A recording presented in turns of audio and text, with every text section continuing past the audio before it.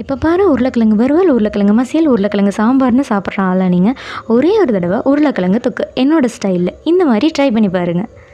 இப்போ ஒரு பேனில் 2 டீஸ்பூன் அளவுக்கு எண்ணெய் சேர்த்துக்கலாம். அதோட 1/2 டீஸ்பூன் அளவுக்கு கடுகு, 1/2 டீஸ்பூன் அளவுக்கு உளுந்து, இதோட 2 காஞ்ச மிளகாய், கருவேப்பிலை சேர்த்து நல்லா பொரிய விட்டுக்கலாம். அதோட 2 பெரிய வெங்காயத்தை நான் நறுக்கி வச்சுருக்கேன், அதையும் இதோட சேர்த்து நல்லா கலந்துக்கலாம். இப்போ 2 பல் அளவுக்கு பூண்டை இடித்து இதோட சேர்த்து கலந்து விடலாம். வெங்காயம் வதங்கும் போதே இந்த தொக்குக்கு தேவையான அளவுக்கு உப்பு சேர்த்து வெங்காயத்தை இந்த அளவுக்கு நல்லா வதக்கிக்கலாம். இப்போ இதோட 1/2 டீஸ்பூன் அளவுக்கு இஞ்சி பூண்டு விழுது சேர்த்து இதை நல்லா கலந்து விட்டுறலாம். நான் இன்றைக்கி 2 பெரிய உருளைக்கிழங்க துருகி எடுத்துக்கிறேன்.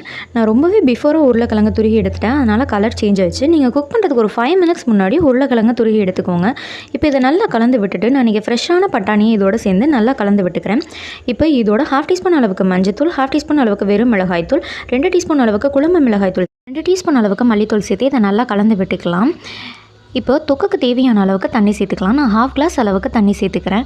ஒரு 10 to 15 மினிட்ஸ் வரைக்கும் இதை நல்லா குக் பண்ணி எடுத்துக்கலாம். அவ்வளோதான்.